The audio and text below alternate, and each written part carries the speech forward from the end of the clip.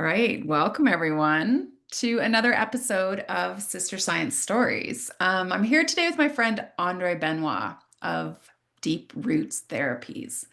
Andre is a registered psychologist and he blends his evidence-based therapies with practices that connect us back to the body and the land. He's got forest therapy, iRest, Yoga Nidra, and mindfulness as all part of what he brings to his life experience and to his clients. And I wanted to talk to Andre because I've been really fascinated, as anyone who's been listening to this podcast knows, by this dance between what we call yin and yang, what we call the balance of masculine and feminine energies, and my belief that we need these two to be in balance, that we need to hold them in equal regard. I feel like a lot of times we get stuck in the masculine, feminine stereotypes. We reduce this to being gender based. But what I believe is that this isn't about men versus women. And what I've decided to do this fall is chat with actual men about this topic. As long as I just keep talking to women, I feel like it's harder for me to dispel the stereotype that this isn't just a man versus woman issue. So, Andre, I'd like you to bring us your perspective as a man, as a psychologist, and someone who's blending this masculine, feminine energy in the work that you do. So, we're going to talk about modern psychology today, ancient wisdom, and just how we use language to open up the possibilities of balancing these two. So, welcome. Great. Thank you so much, Jill. I'm really glad to be here to have this conversation with you. Um, yeah, I'm a registered clinical psychologist. I've been practicing about 10 years. And in that work, I've been able to learn about psychotherapy approaches to heal a wide variety of conditions, to do psychological assessments. That's my big quantitative work, where it's really kind of what we might call more Yangian approach, where I'm really using evidence-based techniques to help people with their mental health, and that's wonderful. I get to do that in a government gig, as well as in a private practice that is in Calgary, and I'm expanding slowly into Cochrane, where I live and I'm making a life and finding a lot of joy and community. And so the first kind of 10 years of my career as a psychologist has been in these evidence-based practices, and that's been beautiful. But the last several years, like a lot of people during the pandemic, I was seeking more intuitive ways of knowing. What are other ways to help people to heal and understand themselves and respond to stress? And there's many ways of knowing. And kind of like the musician who kind of learns the scales and then starts to improvise, I'm feeling like the intuitive work that I'm doing with nature and forest therapy, my own yoga practice, and yoga nidra work is allowing people to kind of understand themselves and respond to the stresses in kind of a different way. And so I feel really lucky to have the mix of both. And I think this is a really important topic.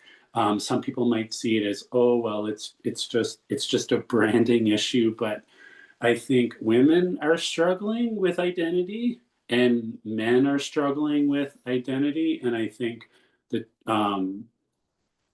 and I think it's an important thing to discuss because there's a lot more at stake, I think, than people think. It's more than just a discussion between humanities professors. Like this is really important, particularly now when, I mean, if I'm going to name it, we're in, political uncertainty. There's a lot of polarity in the world, and there's also a chance to really, I think the world is providing a chance for people to figure out ways to come together. Yeah. Well, thank you.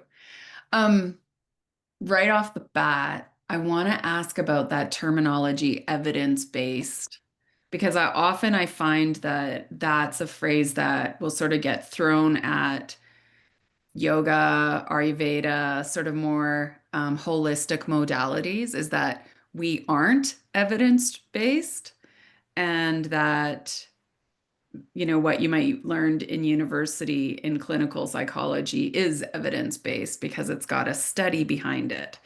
And I mean, I always get my back up with that one. So can you speak to that as someone who's sort of messing in both worlds right now? Like, where does the evidence for you come from to back up these holistic modalities that you're wanting to integrate in?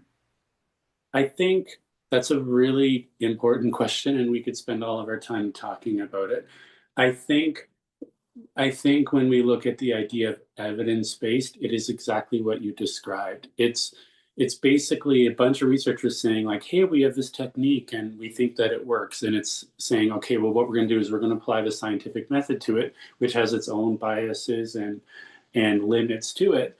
And enough people do it over and over again that it's sort of deemed as evidence-based. Now, people can find benefit from it, but I think it's sort of like evidence-based techniques work best in systems. So I work in a government system. It makes sense for them likely to use evidence-based techniques. And it's not, there's a lot of power that comes from these things.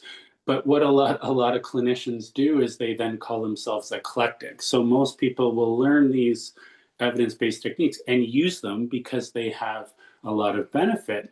But as people progress in their career, they become more intuitive. They blend. So there's a goal of people putting forward an evidence-based technique where say we're going to do ABC treatment, and then after years and years of research, there's evidence-based for it. But then usually when people get into clinical practice, they may use it, but they may also sprinkle in different approaches and techniques as well. Because as you know, humans are complicated, and there's a newsflash: humans are complicated, but I think they have their limit because they just think. I also practice what I call common sense medicine or behavioral medicine, like that a lot of these approaches kind of um, because they're evidence based, they're sort of like they have to control every condition. Yeah.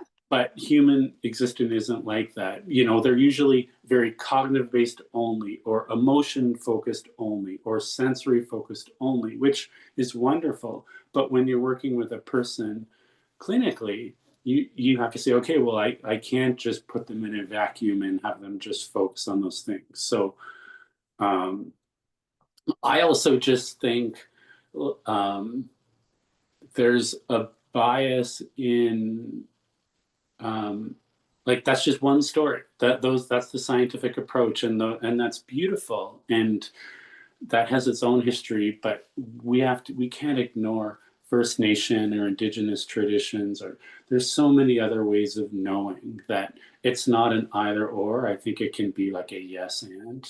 I don't know if that's You're where. already you're already setting it up in a way that my brain understands that idea of that there's a structure that comes in on the front end. And then we follow that structure to kind of give the container support and identity and understanding and a common language, probably. Mhm. And once we sort of that structure feels really solid, then it's like this flow is allowed through it. You even Mhm. sort of alluded to it when you talked about, we do the scales. Anyone Mhm. who ever took piano lessons as a kid, damn Mhm. scales over and over again. But you do those so that the knowledge is there. The knowledge is in your hands. The knowledge of the notes is accessible. And then Mhm. you get to sort of go off script.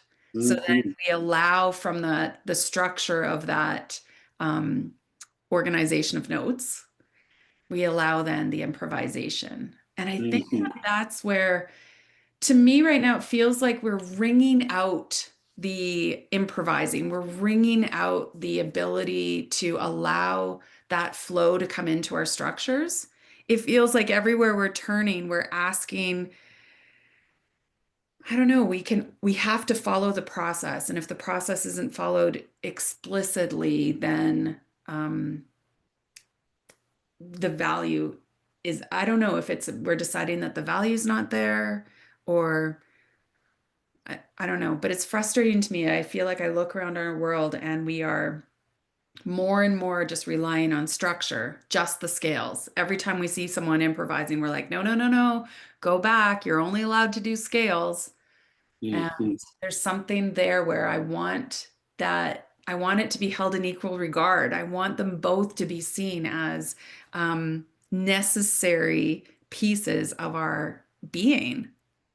Right. And I think what I think with this system or the evidence-based theories bring with them, it presupposes um, it's basically seeing like I mean um, a lot of therapies, their goal is to bring regulation and not extremes, right? So it's bringing like it's going to bring balance and mod and sort of a middle of the road approach for what you will. If people experience too many emotions, that's not good. If people are experiencing not enough, that's not good either. So let's bring most people back to the middle. But what if people don't want that? What if my client doesn't want that? What if they want to live in the extremes? What I'm feeling, and it's really discomforting, but also exciting, is in my career, is a lot of evidence based theories are presupposing an outcome or a wisdom or a knowing, which there could be. But I'm more curious about what are the questions that people have, right? Like when I lean into an intuition, it's almost being more comfortable with not having answers, which isn't a part of the evidence-based techniques. It's kind of like, well, these are your answers. This is how you feel better, and those have huge benefit to society. But as I age myself, I tend to deal with polarities or not knowing, and even like more intuitive approaches allow me more to work with clients to have more comfort in the not knowing or the bigger questions of life. This is my own personal rant, but I feel like psychology was kind of like the little kid, always seen as not a like hard science. So I think it's had this like Mm. idea of like it's had to prove itself as being at the big table, which can have its positives, but it can also have its limitations. Again, I think evidence-based practice is wonderful. And as a psychologist, everybody should use evidence-based practices. But I'm hopeful that psychology itself doesn't look down on other ways of knowing or other ways of healing that can be complementary. I'm not saying doing a forest walk is going to be the same as an antidepressant or a round of evidence-based treatment, but it sure as hell isn't going to hurt. And what are the side effects other than 3 hours of large parking? Like that's maybe the side effect. So I don't. I really thank you. I like that idea. So if like even in my own practice, I do feel like you talked about sort of that evidence-based theories are their goal might be regulation, not extremes. Their goal might be bringing people to sort of a middle ground where coping is easier. And I Mhm, see that in terms of Ayurveda and yoga. It's like, okay, let's build capacity. Let's bring people inward first to build their mhm, capacity and then allow them like from that almost like a solid foundation then mhm, that expansion into territory that is more unknown, mhm. move from that middle ground into the edges where it is a little bit more polar, Yeah. there is a little bit more unknown that you're dealing Mhm. with, but then all of a sudden, not all of a sudden, but then you've come to those edges with more capacity, with more ability. For sure. And the way that I view my work, I view it in many different ways, but I view it as being, as a therapist, I feel like one of the beautiful things that I get in my work is to be able to listen to people's stories. And what people have to say is way more interesting than anybody could have written. And what the evidence based techniques can allow people to get to the point where it builds their basic kind of vocabulary for understanding mental health, understanding stress, understanding the world.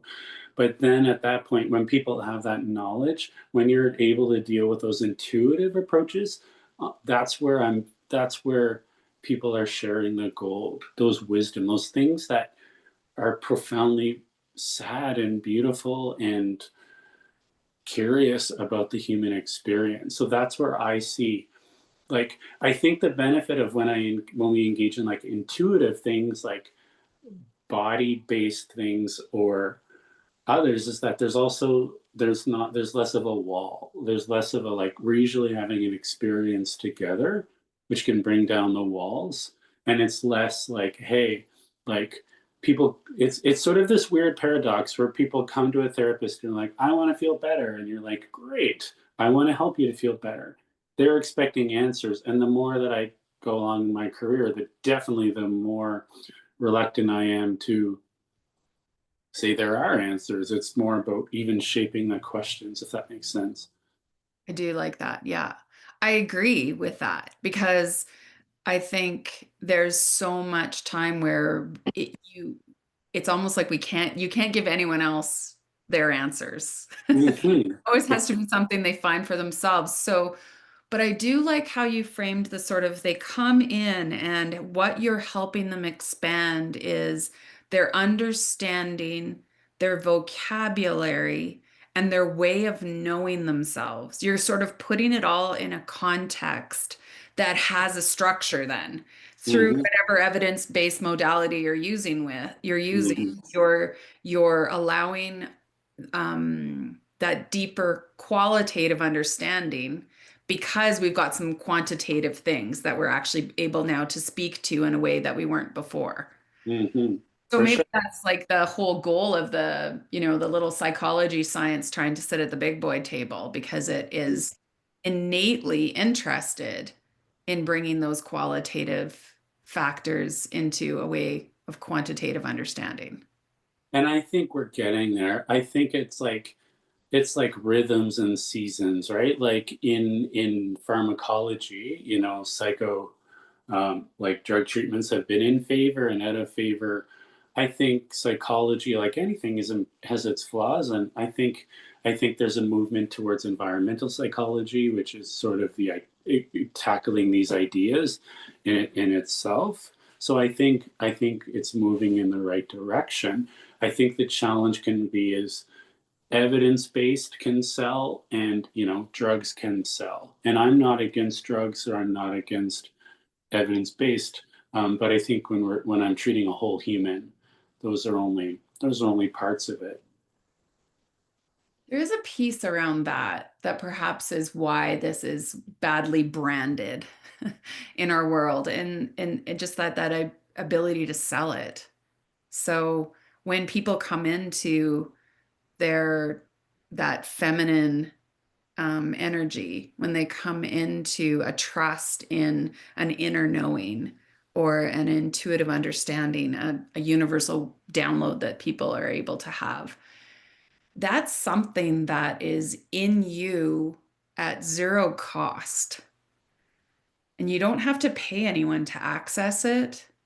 You don't have to um, buy anything or, subscribe or Mm-hmm. take a pill or anything in order to be able Mm-hmm. to do that. But there is a practice at Mm-hmm. coming inward and being in relationship with it. Mm-hmm.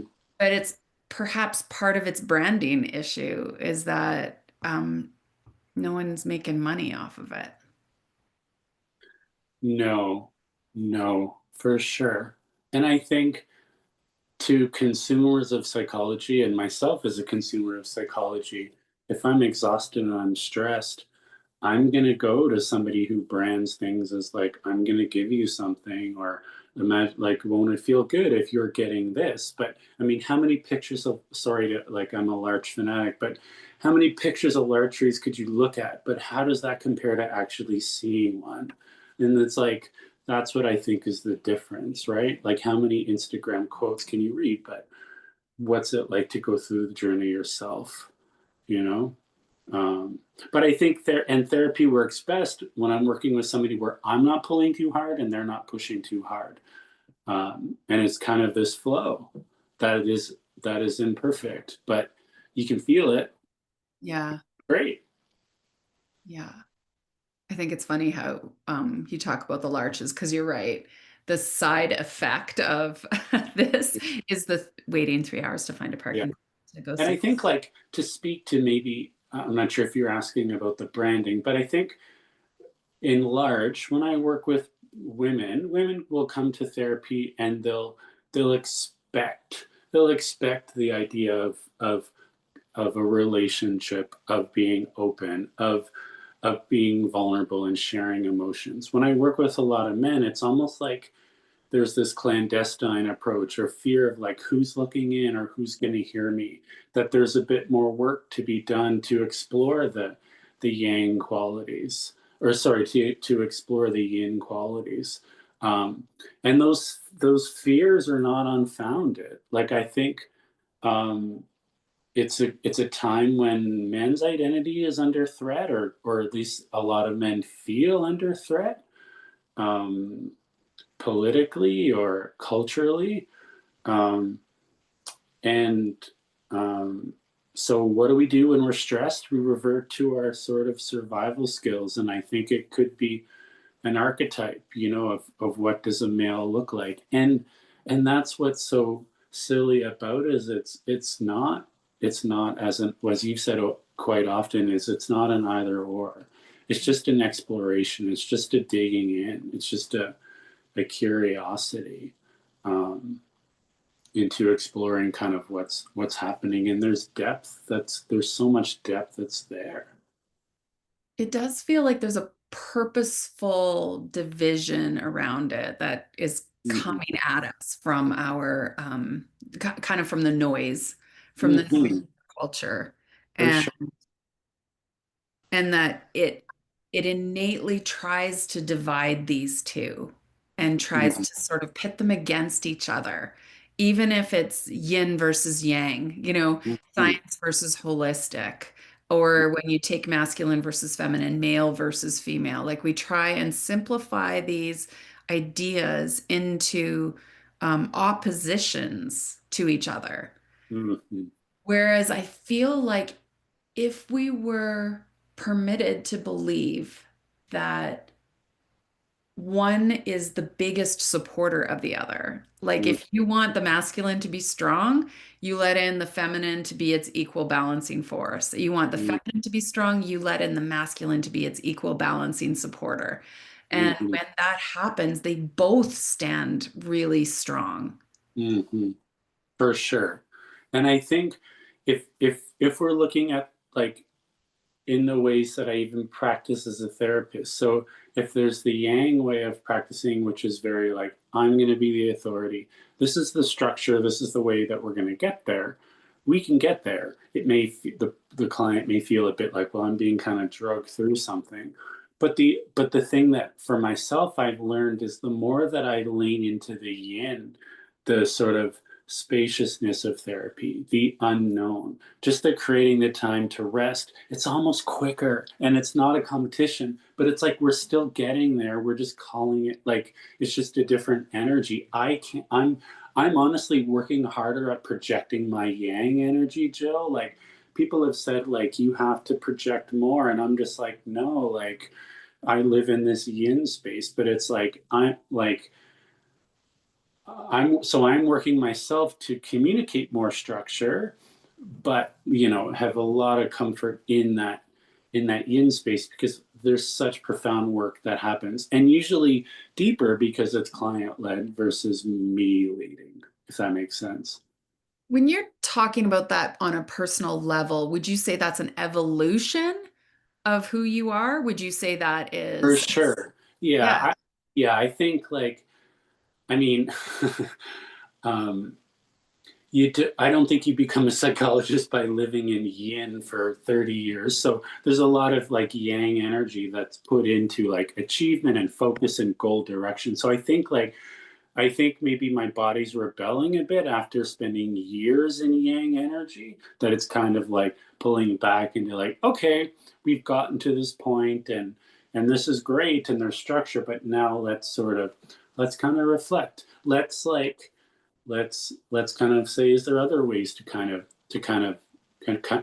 do it? Like for an example, like I used to do assessments with children, and I love that work, and it's very like give them this task, then they're going to do this. And you're just focused on, it's like you're juggling plates, but you're focused on counting their scores. Did they get it right? But you finally get this muscle memory that you get comfortable, and then you can just kind of sit and you can observe the child and you can see what they're doing. So, which is kind of more yin.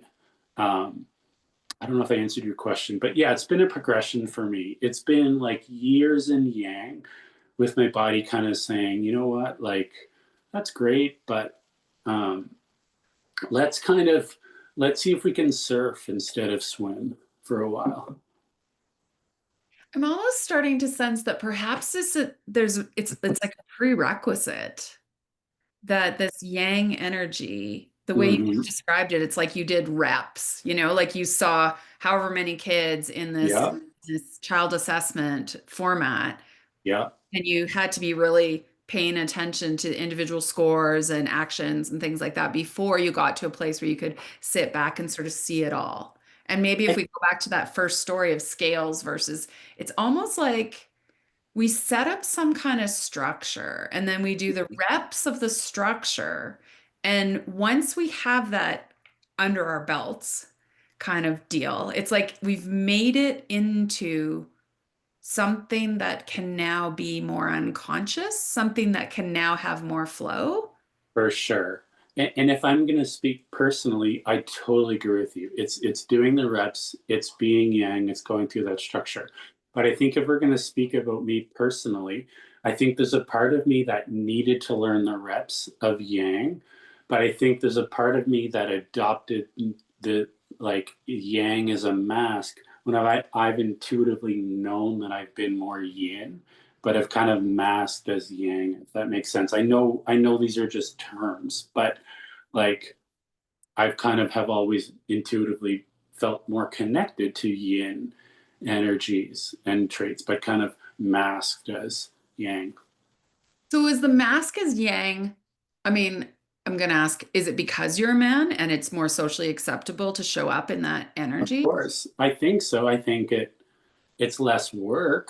Yeah, definitely. Yeah, I would say it's. I think it would be cultural. Yeah, I don't want to blame culture. I think it's a factor.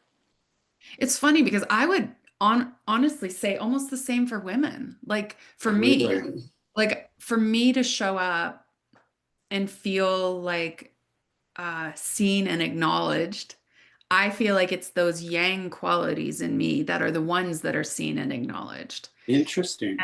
Hmm. Yeah, and I know that the yin, the more I allow it in me, it feels like the more powerful my work is.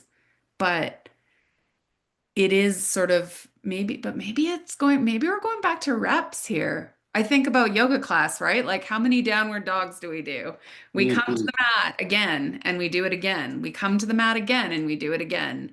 We come to Hmm. the mat again and we do our yoga practice again. As a Hmm. practice, maybe that's us doing the reps. Yeah, I mean, and I think, yeah, I think it is. That's interesting that you say that you've seen most of the yang qualities as well. Interesting. I'm surprised by that. Yeah. Hmm. And I know not I mean that's where I feel like the sort of masculine feminine thing isn't necessarily a reflection on male female. Although I do think it gets reduced to that so many Mhm. times again and again and again. But I feel most um, successful, maybe is a word, powerful, maybe is a word in my practice when all of the structure works right. Mhm. When all of the structure is in place and working right, it's like Mhm. that is the safety net. That is the foundation that then allows this magic to happen.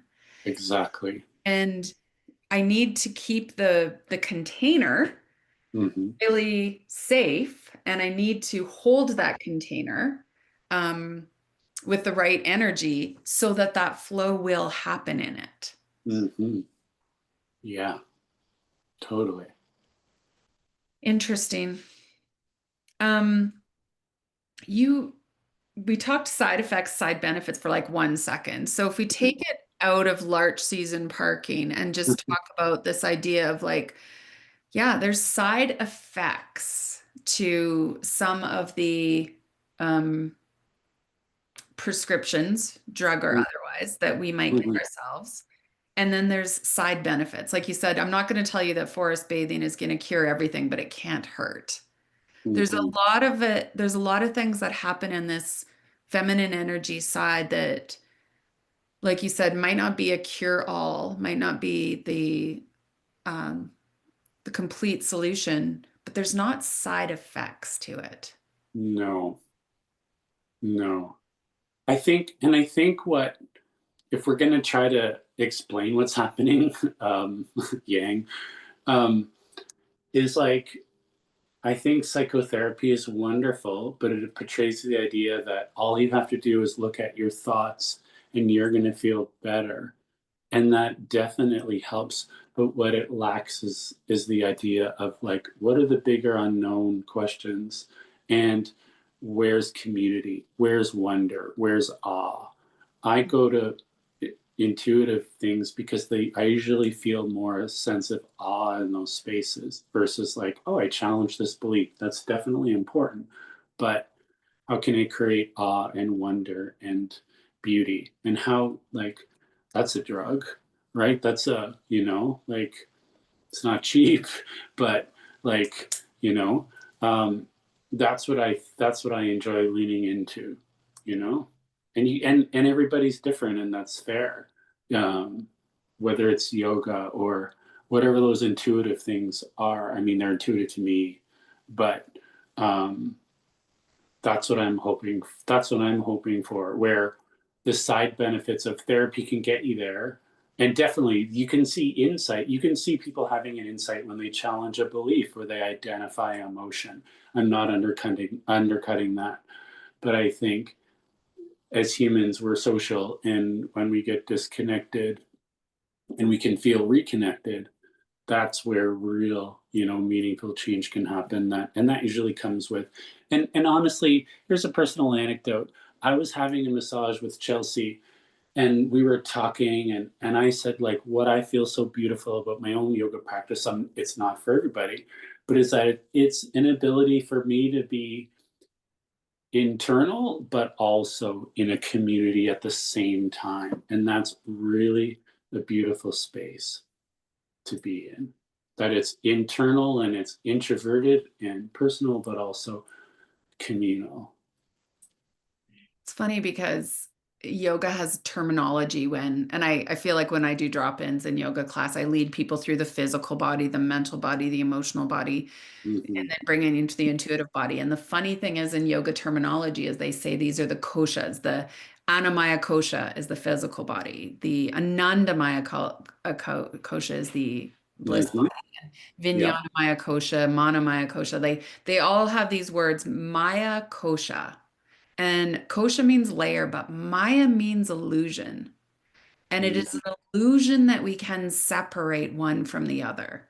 And I Mm-hmm. think you're explaining that. You're Mm-hmm. explaining that we can't take this introverted coming into yourself and peel that outside of a context of community. We Mm-hmm. can't take look at your thoughts and feel better. We can't take the one layer of like your brain and peel it out of your physical body, emotional body, intuitive body, and then just deal with that one piece. We Mm-hmm. have to come back to this experience that all layers, even if it's an illusion that they can be separated, all layers are integrated and Mm-hmm. informing of the whole. Mm-hmm. For sure. And totally agree. And to that idea is traditional psychotherapy is getting much better at this, but the idea is that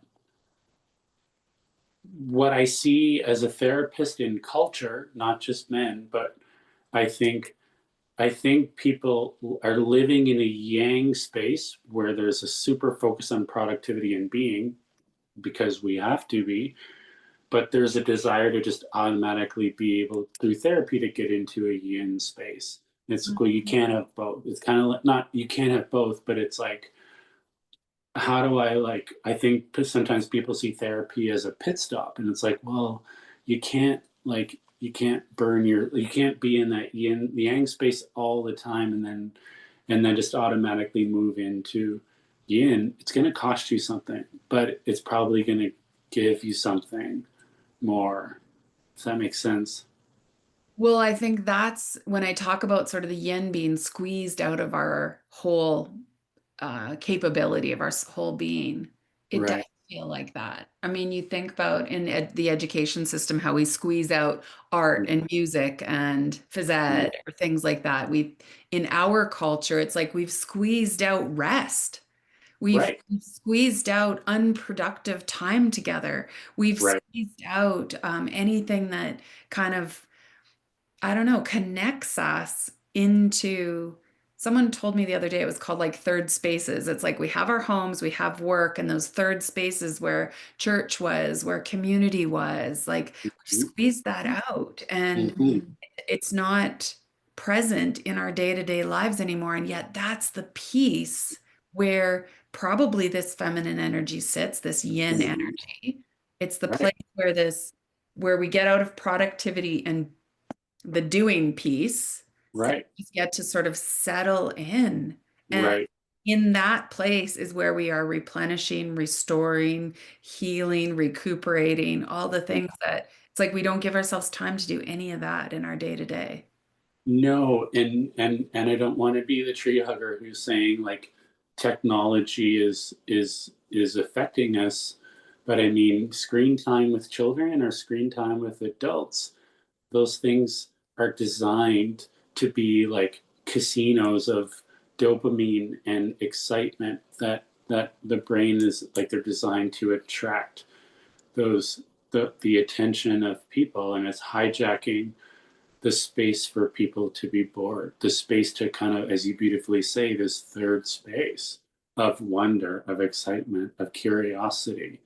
That's what's lacking. Can if technology helps me do my work better, I love it.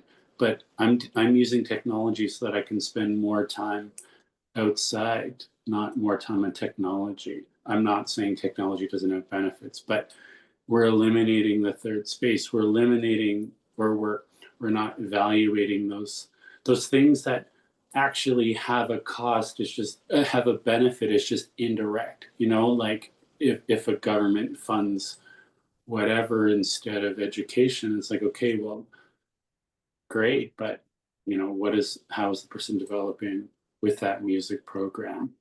Mhm. Um, I listened to this podcast, and sorry, could be way off topic, but it's these two songwriters who live in Nashville, and they had Roseanne Cash on, and she talked about how the world needs people's failed attempts. Like, it doesn't just need people's successes, but it needs people's failed attempts. And that's what I think of like as the yin, as this like space to be like, we're not creating to win a gold medal, but like even in the failures, like that just spoke to yin to me.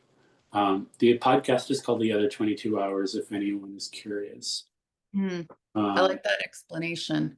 I've heard it described before as like the yin is what we can't yet describe as, yeah. as people. So it's like the yin is where it is the darkness on the yin and yang sign. It is Hmm. what we can't see. It's the mystery. It's the Hmm. part where we know, but we don't know why we know it. And I do think that anyone who is a creator, it's almost like what they're doing is it's like they've made it their life work to take this yin stuff and try and give it that quantitative um, description. It's like what we're trying to do is come in and say, oh, let me describe something to you that you will know and understand, but let me give it words for you. Let me give it meaning. So it's like we're circling right back to that idea that when we give something structure, when we can quantify it, when we can explain it, give it language, we give it understanding. And I do Hmm. think that's sort of what the artist's job is in our world. And Mhm. what science has done too. Science took all this stuff that we didn't understand and it's like, hey, we're gonna Mhm. we're gonna translate this into this is how we understand it now. But I think art is exactly the same. We just Mhm. aren't translating into the same kind of empirical knowledge. Mm, We're translating into an intuitive understanding. Yeah, like people will for see, sure. oh, I get it, I feel it, I understand it. Mhm. And if anyone listens to this podcast and decides to do therapy with me, they're going to notice I'm probably going to quote more artists than I am psychologists. No shade on psychologists, but there's so much beauty in art. There's so much to glean in nature. So watch out for nature analogies and art analogies, but it's beautiful. I don't know yoga terms yet, but Yeah, we'll get there. we'll get there. So tell me why then, why is your business called Deep Roots Therapies? Um, I don't know. It just Sure.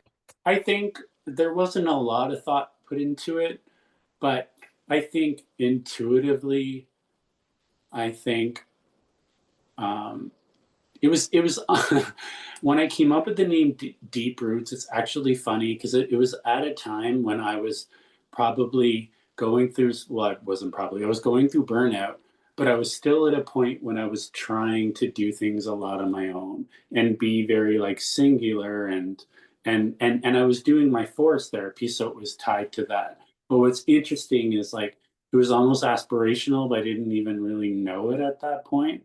Whereas now I'm kind of like, so I was a therapist who was talking about like the goal of social connection as being healing, but still living more solo, yang maybe, conquering sort of whatever.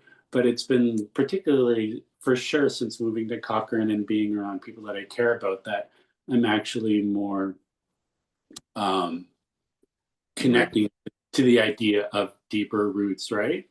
Yeah. Um, that was sort of where the name came from, was just this idea of, it was also when I read about Suzanne Simard's research on um, the fungal networks that that trees exchange um, resources through that. So that's kind of where it was developed. It's a metaphor there. I kind of like the idea that we apply these names and we don't even know at the time that they're aspirational. I want to believe that about sister science. Mm-hmm. That Mm-hmm. I'm going to look back in 10 years and be like, I had no idea how aspirational this was. And I Right. hope that's true for me as well. Right. And again, not to again, Roseanne Cash kind of said the same thing. Like, she's like, when you write lyrics, the best ones are the ones that you don't know what they mean. It's the then later that things kind of happen. Which is the whole idea of this regard something, hold it in equal regard, that which we don't understand, in Hmm. equal regard to that which we know. And you Hmm. use the term sort of I had to sit in not knowing, Hmm. polarities of knowing versus not knowing. And Hmm. that idea, like the knowing is this yang energy, the not knowing is the yin energy. And Yeah. there's power in it. I Um, and I think if I'm going to share personally too, I think I'm transitioning into more private practice work, and I'm finding an edge in that I'm feeling like as a male, I need to project the yang, I need to project the knowing, but that's not, I have the knowing, like I have the knowing, but it's trying to communicate that, but also letting people know that therapy with me is going to be in the yin, it's going to be in the beautiful, like bittersweet pain, or those in the rest spaces, in the like in what people might call kind of resistance. That's kind of where my edge has been. I don't know if that makes sense. Like I'm trying to build a private practice, and you're trying to communicate to others what your approach is, and it's a line you're trying to walk between projecting knowing, but also being like, yeah, if you're looking for the guy that's going to be like, wow, we're going to do this and this and this, like we can do that, but we're going to find more if we sit in space. Does that make sense? Yeah, and I understand it. This idea that marketing is actually a very yang thing. And perhaps it's And what we were talking about before in terms of the reps. It's yeah. like people want to bring themselves to a space that feels safe. And in order to Hmm. bring themselves, even though the experience once they're there is going to be yin, the yang has that the structure has the safety. Hmm. So the marketing is almost the piece that is the yang, because that's where you're communicating what this will be, giving people an understanding and a language so that then the flow can happen. But I Hmm. do think that the more clarity and those quantitative sort of landing pieces can be Hmm. made very clear so Yeah. that people can come into the space that then, the flow is going to happen. But I understand um, the difficulty in being able to communicate Hmm. one way when the message in terms of it being able to land in our current culture tends to Hmm. need to be the opposite way. Hmm. For It's a sure. conundrum. So it's an edge, but I think my yin energy is allowing me to get there. Yeah. Oh, it's fascinating. Well, thanks, Andre. I Yeah. really appreciate being able to sort of dissect this a little bit more and more all the time. Anything else you want to sort of kick us off with around this idea of yin yang energy, holding them in equal regard? I think I think we'll kind of go back to what we talked about at the start is if anybody's listening to this podcast and they're a male, I want them to know that like therapy is an exciting place.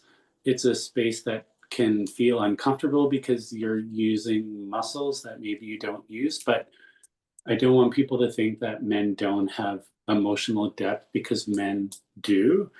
It may just feel a little bit uncomfortable at the start. Um, that that we may talk about in this podcast. We're talking about male and feminine, masculine and feminine energies, but it's not something that's going to come up. And I want people to think of like when I work with therapy, or if a male's considering therapy, is that think of their therapist as the person who's trying to understand their story. They're trying to get to know them, and they're trying to get to know them in a deeper way beyond what just happened.